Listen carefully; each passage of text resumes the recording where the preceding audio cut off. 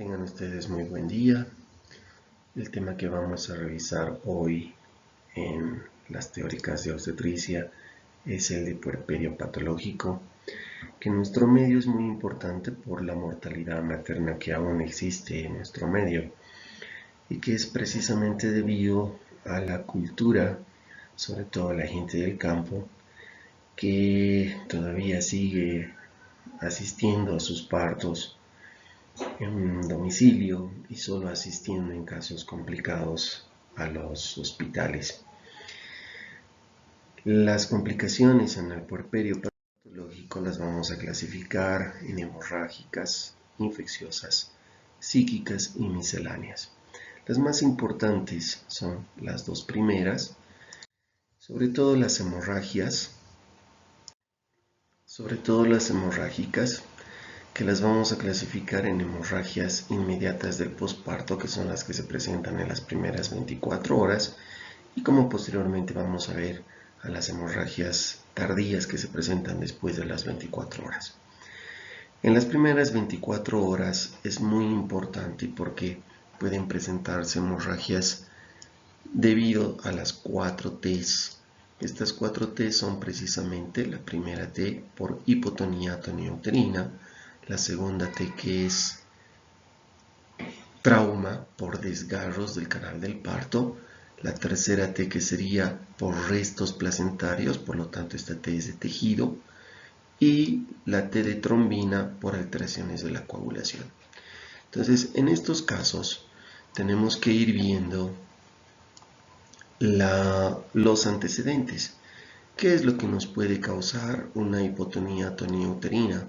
Precisamente todo lo que nos causa sobredistensión, como un feto macrosómico, como puede ser embarazo gemelar, un feto macrosómico, polidramnios, por ejemplo, la misma multiparidad, un parto prolongado, la obesidad.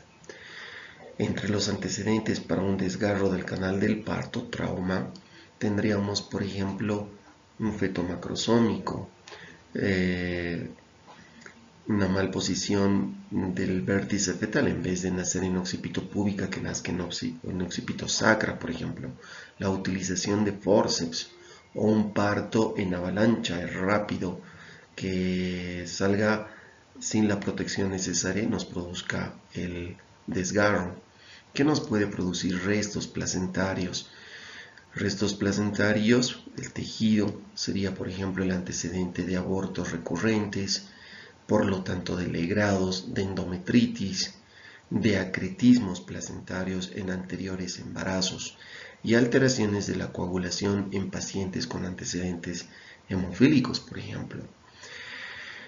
Si tomamos en cuenta que la pérdida de sangre durante un parto es normal hasta 500 ml, mayor a 500 ml ya es considerado patológico y en una cesárea hasta 1000 ml es lo normal, más de 1000 ml ya es considerado patológico en una cesárea.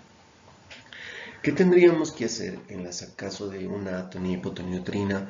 Pues darles precisamente desde un masaje uterino hasta ocitóxicos como la ocitocina, la ergometrina, la ergonovina y hasta prostaglandinas por vía rectal.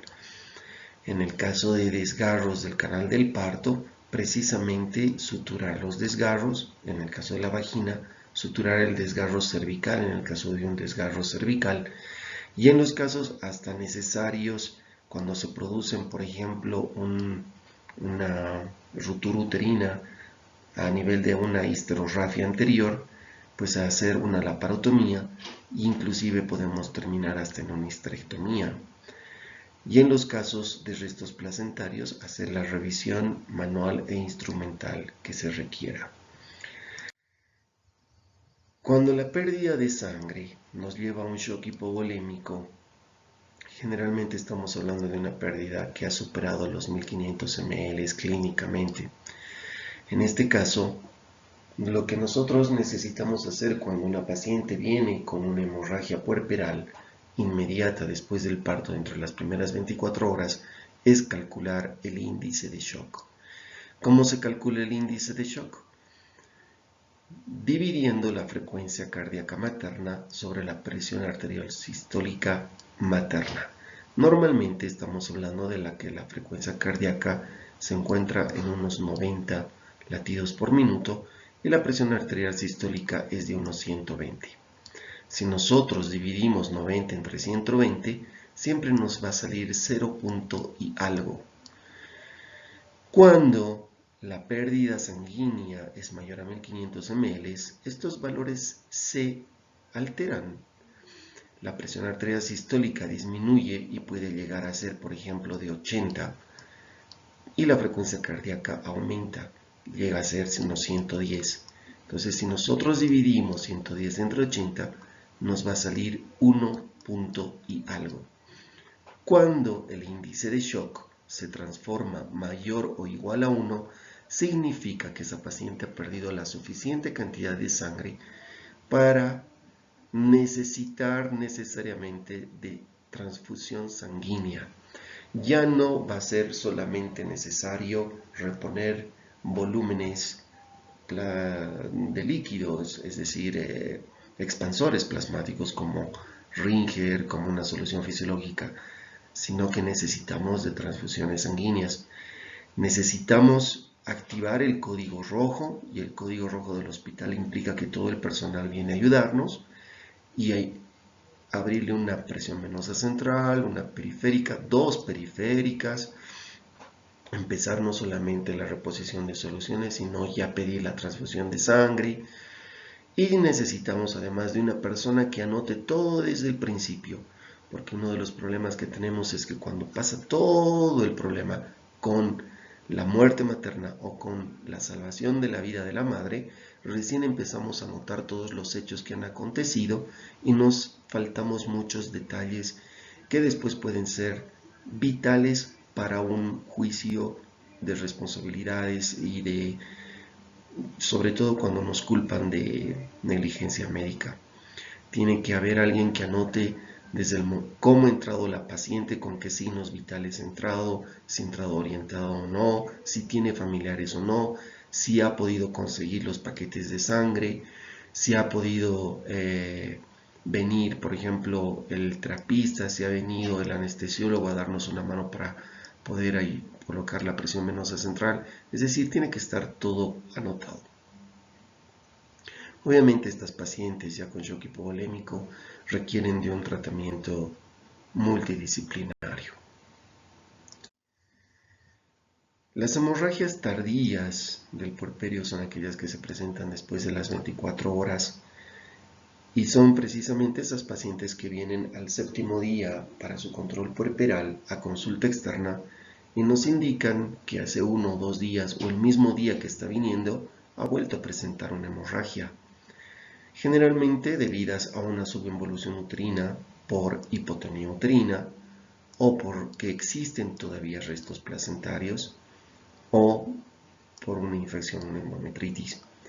Este tipo de pacientes, nosotros a la revisión vemos que existe una subinvolución y puede haber también flujo fétido en el caso de restos placentarios o en el caso de una endometritis.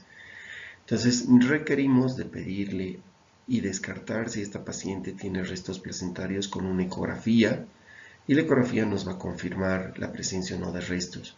La presencia de restos implica internarla a la paciente y hacerle otra vez una revisión, un legrado.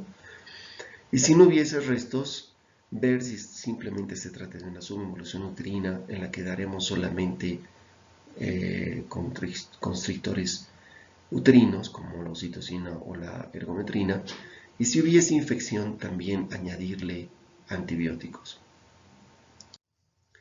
En el caso de las infecciones que se presentan del 1 al 8%, que pueden ir desde una simple endometritis, como habíamos visto en el caso anterior, con subinvolución, flujos fétidos, pero todavía no va a presentar una fiebre.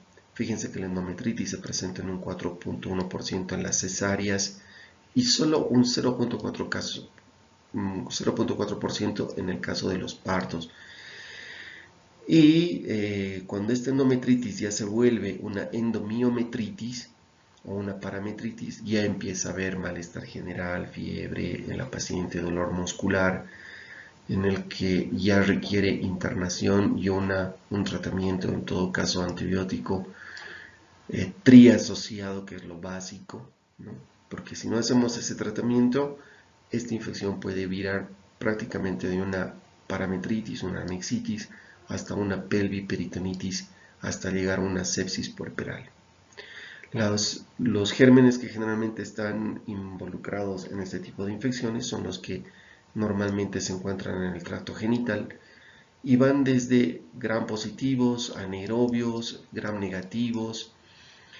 Tenemos toda esta serie de gérmenes cuyo tratamiento es, como habíamos indicado, el triasociado que normalmente iniciamos con toda sepsis. Esperamos unos 3-4 días para ver su mejora y si no hay mejora, pues entonces sí se hacen los cambios a cloranfenicol o a alguna cefalosporina o dependiendo del caso de la paciente podemos llegar a utilizar hasta una vancomicina o hasta el imipenem. Tenemos infecciones urinarias de un 3 a 7%.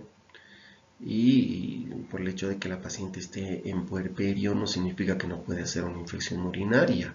Entonces tenemos la necesidad de descartar una infección urinaria con un examen general de orina y un urocultivo y hacer el tratamiento respectivo. Si no se lo hace, podemos llegar hasta una pielonefritis. Se puede presentar la mastitis en un 1 a 5% y se clasifican en linfangítica y abscedada. La mastitis empieza generalmente por una mala técnica de succión, lo que produce la aparición de lo que son las grietas del pezón, y esas grietas del pezón causan mucho dolor en la madre que no quiere darle pecho, se empieza a ingurgitar la mama y esa ingurgitación mamaria hace que en un determinado cuadrante de la mama aparezca los 4 signos de inflamación: rubor, calor, dolor y tumor. Si no se trata adecuadamente esta linfangítica, pasa a ser abscedada con el tiempo. Ya se forma pus y drena, ya sea espontáneamente o nosotros hacemos una pequeña incisión con bisturí para que drene. Y el tratamiento en la abscedada son curaciones que generalmente no es suficiente una sola curación, son varias curaciones y que son bastante dolorosas y prácticamente es un martirio para la paciente. En cambio, si nosotros hacemos el tratamiento en la linfangítica, que es darle generalmente amoxicilina de 500 miligramos bioral cada 8 horas, o en el caso de las mastitis, el tratamiento específico es dar la cloxacilina o dicloxacilina, porque de la mastitis el germen específico es la Escherichia, es el Staphylococcus aureus, que es un germen, como ustedes saben, penicinilasa, penicilina resistente, porque forma precisamente la penicinilasa que la hace resistente a la penicilina. Por lo tanto, la cloxacilina o la dicloxacilina es el tratamiento adecuado en 500 miligramos bioral cada 8 horas, o en el caso necesario tal vez intramuscular o intravenoso, para no llegar a una abscedada. Y lo más recomendable en esta etapa linfangítica, aparte del antibiótico como es la cloxacilina, es indicarle a la paciente que no deje de dar leche. La clave es sacarse la leche, seguirle dando leche y que esa mama se torne de lo dura que está blandita, tiene que quedar blandita. Esa es la clave del éxito. Entre otras complicaciones sépticas podemos tener desde infecciones de la pared, infecciones de la episiotomía también. Y acá tenemos al Clostridium welchi, algo que ya no se presenta más bien, que era conocida como la septicotoxemia perfringens o lo que era conocida como que producía precisamente posaborto la muerte en cuestión de horas, pero más bien ya no se presenta porque estaba muy relacionado a la falta de